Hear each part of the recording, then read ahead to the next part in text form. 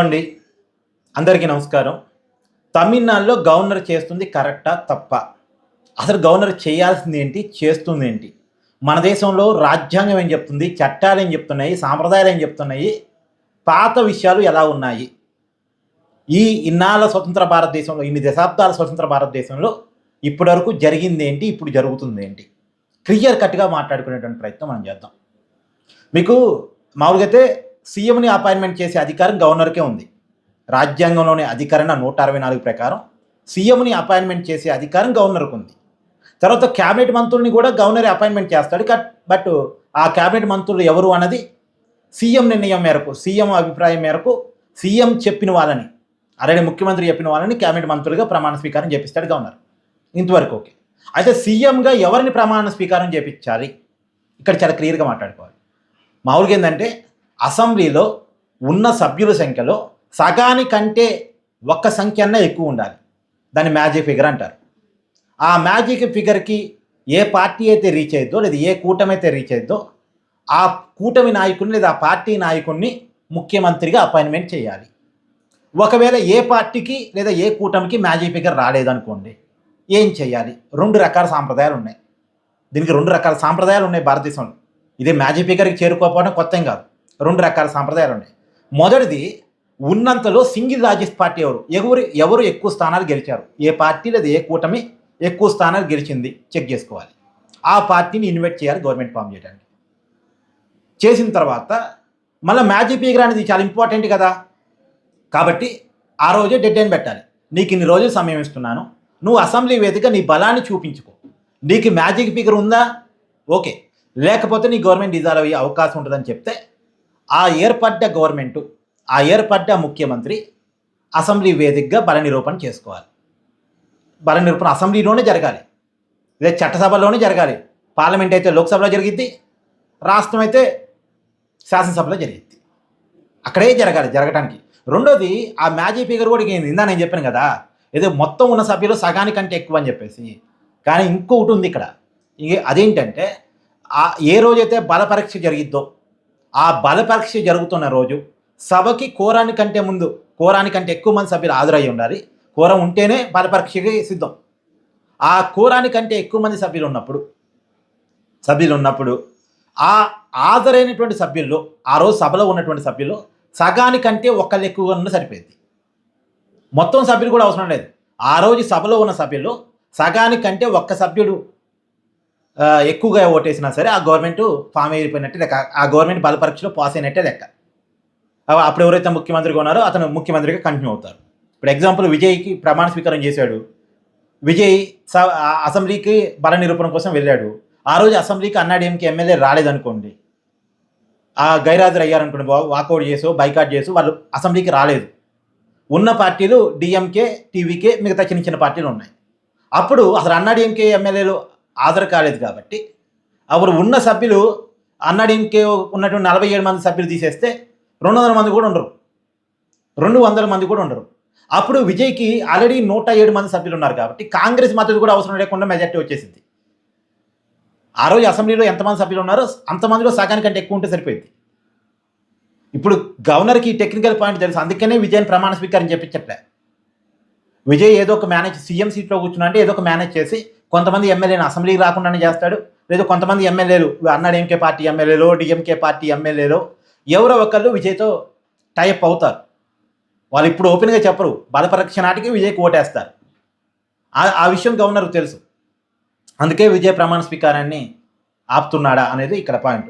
సరే, గవర్నర్ ఆపడానికి ఏముండదు, ఆపకూడదు. సింగిల్ లార్జెస్ట్ పార్టీని పిలిచి ప్రమాణ స్వీకారం చెప్పించాలి, డెడ్ అని ఇవ్వాలి. గతంలో అనేకసార్లు ఇదే జరిగింది. లోక్సభలో జరిగింది, అసెంబ్లీలో జరిగింది. లోక్సభలో 1996లో వాజ్పేయి గారు ప్రధాని అయ్యారు. ఆ రోజు వాజ్పేయి గారికి, అంటే బీజేపీకి ఉన్న సీట్లు 162 ఎంపీ సీట్లు మాత్రమే ఉన్నాయి. ఉండాల్సింది 272, మ్యాజిక్ ఫిగర్ 272, కానీ 162 మాత్రమే ఉన్నాయి. ఎందుకంటే మొత్తం 543 కదా సంఖ్య. 543లో సగానికంటే ఒక స్థానం ఎక్కువ, 272 స్థానాలు కావాలి. కానీ వాజ్పేయి గారి దగ్గర ఉన్నది ఆ రోజు 162 మంది ఎంపీలే. అయినా సరే సింగిల్ లార్జెస్ట్ పార్టీ కాబట్టి ఆ రోజు రాష్ట్రపతిగా శంకర్ దయాళ్ శర్మ గారు వాజ్పేయి గారి చేత ప్రధానిగా ప్రమాణ స్వీకారం చేయించి 13 రోజులు టైం ఇచ్చారు. ఈ 13 రోజుల్లో బల నిరూపణ చేసుకోమని. ఆ 13వ రోజు బల నిరూపణ చేసుకుంటే వాజ్పేయి గారు బల నిరూపణ చేసుకోలేకపోయారు. అంటే సగానికంటే ఎక్కువ సభ్యులను చూపించలేకపోవడం వల్ల గవర్నమెంట్ పడిపోయింది. తర్వాత అలాగే రాష్ట్రాల్లో కూడా కర్ణాటకలో యడ్యూరప్ప విషయంలో అదే జరిగింది. తర్వాత మహారాష్ట్రలో ఫడ్నవీస్ విషయంలో అదే జరిగింది. సో ఇదొక రకమైన సాంప్రదాయం. గవర్నమెంట్ ఉండనివ్వండి, పడనివ్వండి, కానీ ప్రమాణ స్వీకారం చెప్తే టైం ఇవ్వాలి. నిరూపించగలిగిన వాళ్ళు నిరూపించుకుంటారు, నిరూపించుకోలేకపోతే ప్రభుత్వం పడిపోయింది. అప్పుడు ప్రభుత్వం పడిపోతే ఏం చేయాలి? మళ్ళీ ఇంకెవరైనా కలిసి ప్రభుత్వాన్ని ఫామ్ చేస్తారా, బలాన్ని నిరూపించుకుంటారా అని ఇంకొకరికి ఛాయిస్ ఇవ్వాలి. సెకండ్ లార్జెస్ట్ పార్టీకి ఛాయిస్ ఇవ్వాలి. సెకండ్ లార్జెస్ట్ పార్టీ ఎవరు అక్కడ? డిఎంకే ఒక నిజంగా అనుకున్నట్టు అన్నాడీఎంకేతో పొత్తు పెట్టుకొని, లేదు అన్ని చిన్న పార్టీని కలుపుకొని, విజయ్ కాకుండా మిగతా అన్ని పార్టీని కలుపుకొని ప్రభుత్వాన్ని ఫామ్ ఏమైనా చేయగలదా? చేస్తే ఓకే. చేయలేకపోయింది అనుకోండి, ఎవరు ప్రభుత్వాన్ని ఫామ్ చేయడానికి రెడీగా లేరు, ఎవరికీ సంఖ్యాబలం లేదు కాబట్టి రాష్ట్రపతి పరిపాలన పెట్టి మళ్ళీ ఎన్నికలకు వెళ్ళటం. ఇదొక ఛాయిస్, ఇదొక పద్ధతి. రెండో పద్ధతి ఏంటి అంటే, అసలు సింగిల్ లార్జెస్ట్ పార్టీని పిలవకుండా ఎవరైనా పొత్తు పెట్టుకున్న కూటమిలు ఉన్నాయా? పోస్ట్ అలయన్స్ అంటే ఎన్నికల ముందు పొత్తు పెట్టుకోవడం కాదు, ఎన్నికల తర్వాత ఎవరికీ మ్యాజిక్ ఫిగర్ రాలేదు కాబట్టి ఏ 2 పార్టీలు కానీ, ఏ 3 పార్టీలు కానీ, ఏ 4 పార్టీలు కానీ, లేదా కొన్ని పార్టీల కూటమి కలిసి మీరు ఏమైనా గవర్నమెంట్ ఫామ్ చేయడం సిద్ధంగా ఉన్నారా అని గవర్నర్ అడగాలి. సిద్ధంగా ఉన్నారంటే మీరు రాని గవర్నమెంట్ ఫామ్ చేయండి. మీకు ఎక్కువ ఉంది కదా, విజయ్ కంటే ఎక్కువ ఉన్నాయి కదా. అన్నాడీఎంకే, డిఎంకే, కమ్యూనిస్టులు, కాంగ్రెసు, పిఎంకే, ఈ పార్టీలన్నీ కలిస్తే మీకు ఎక్కువ ఉన్నాయి కదా, మీరు వచ్చి ఫామ్ చేయండి, మీ బల నిరూపణ చేసుకోండి అని వాళ్ళకి అవకాశం ఉంటుంది. అసలు నిజానికి ఇంతవరకు డిఎంకే, అన్నాడీఎంకే కూడా మేము కలిసామని అఫీషియల్గా ఎక్కడా చెప్పలే. ఏదో బయట రూమర్స్ పొక్కాలు తప్ప మేము కలిసాము, మేము గవర్నమెంట్ ఫామ్ చేస్తామని అసలు గవర్నర్ ఇంతవరకు అడగలే. అడిగింది ఒక్క విజయ్ ఒకడే. కానీ ఇట్లా పోస్ట్ అలియన్స్ని ఎంకరేజ్ చేసిన సందర్భాలు దేశంలో ఉన్నాయి.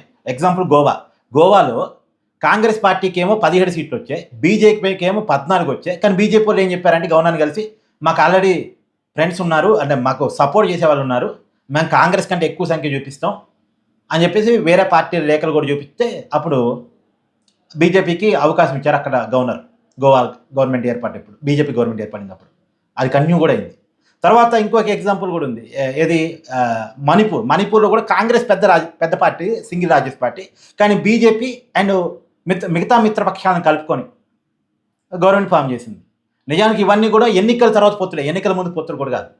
కాంగ్రెస్ని అధికారంలోకి రానివ్వకుండా ఉండటం కోసం బీజేపీ మిగతా పార్టీని కలుపుకొని ప్రభుత్వాన్ని ఏర్పాటు చేసింది. అక్కడ గవర్నర్ కోఆపరేట్ చేశారు. దానికి వాళ్ళు పెట్టిన పేరు ఏంటంటే పోస్ట్ అలయన్స్. ఎన్నికల తర్వాత పొత్తులు పెట్టుకున్నారు. ఎందుకంటే ఎట్టాగో కాంగ్రెస్కి మ్యాజిక్ ఫిగర్ రాలేదు కాబట్టి చెల్లుబాటు అయింది. మరి ఇక్కడ అది లేదు, ఇది లేదు. అది ఆ సింగిల్ లార్జెస్ట్ పార్టీని పిలవటం లేదు.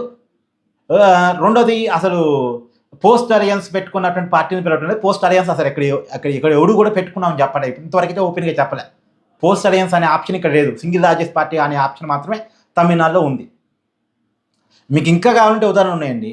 1991లో పివి నరసింహరావు గారు ప్రధానమంత్రి అయ్యారు. ఎలా అయ్యారు?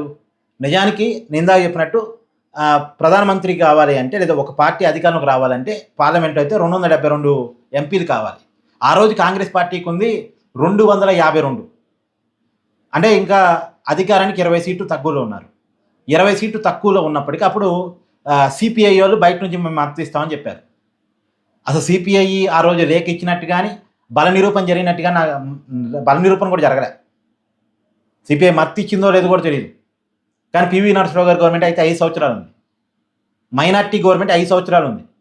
దేశంలో రాజకీయంగా 5 సంవత్సరాల పాటు రూలింగ్ చేసింది. మరి పివి నరసింహరావు గారు ప్రధానిగా ఉన్నారుగా, మనం చూసాంగా. ఇదంతా చరిత్ర. సో చాలా క్లియర్ కట్గా సాంప్రదాయాలు ఉన్నాయి, ఉదాహరణలు ఉన్నాయి, గతంలో జరిగినటువంటి విషయాలు ఉన్నాయి. ఇప్పుడు దేశంలో వాజ్పేయి గారు, లేదు పివి నరసింహరావు గారు, రాష్ట్రాలు అయితే యడ్యూరప్ప, ఫడ్నవీసు, వీళ్ళు కనీసం ముఖ్యమంత్రులు అయినట్టుగా సింగిల్ లార్జెస్ట్ పార్టీని పిలిచి ప్రమాణ స్వీకారం చేయించడం గవర్నర్ గారు చేయాల్సిన మొదటి పని. లేదా అలా చేయడం నాకు ఇష్టం లేదు అనుకుంటే ఇంకెవరైనా ఉన్నారా? ఇంకెవరైనా గవర్నమెంట్ ఫామ్ చేయడానికి రెడీగా ఉన్నారా? ఏదో పోస్ట్ అలయన్స్ పెట్టుకొని వాళ్ళని పిలిచి ప్రమాణ స్వీకారం చేయించడం రెండో రకం. అది గోవా, మణిపూర్లో చేయించినట్టు.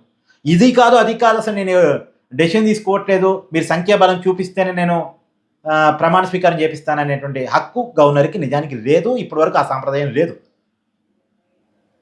గవర్నర్ ఖచ్చితంగా ప్రజలు ఎన్నుకున్నటువంటి పార్టీలో నుంచి ముఖ్యమంత్రిగా అంటే ఇప్పుడు ముఖ్యమంత్రి ప్రమాణ స్వీకారం గవర్నర్ చేపిస్తాడు కాబట్టి గవర్నర్ ఏమో ముఖ్యమంత్రిని నామినేట్ చేయడు, తన ఇష్టం వచ్చిన వాళ్ళని నామినేట్ చేయడు.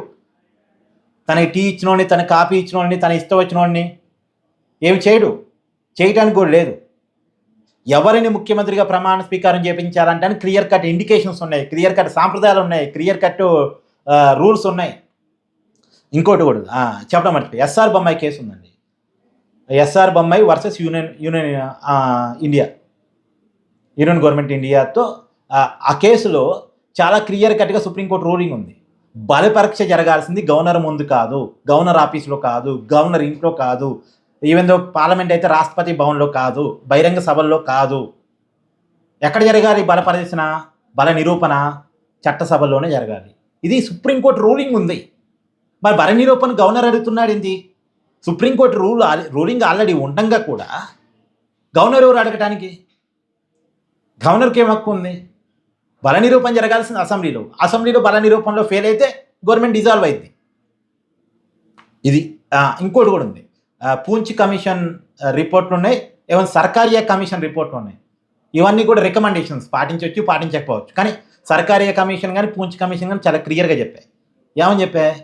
ఎవరైతే ఇలాంటి మ్యాజిక్ ఫిగర్ ఎవరూ చేరుకోని పక్షంలో సింగిల్ లార్జెస్ట్ పార్టీని పిలవండి, సెకండ్ ఆప్షన్ కింద పోస్ట్ అలయన్స్ పార్టీని పిలవండి అని ఉంది.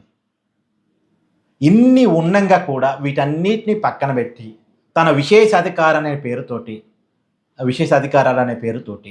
నాకు సంఖ్యాబలం చూపిస్తే నేను సాటిస్ఫై అవుతానే విజయతో ప్రమాణ స్వీకారం చేపిస్తానంటే ఇది కరెక్టా? మీ కామెంట్ని జడ్జ్ చేయండి. Thank you.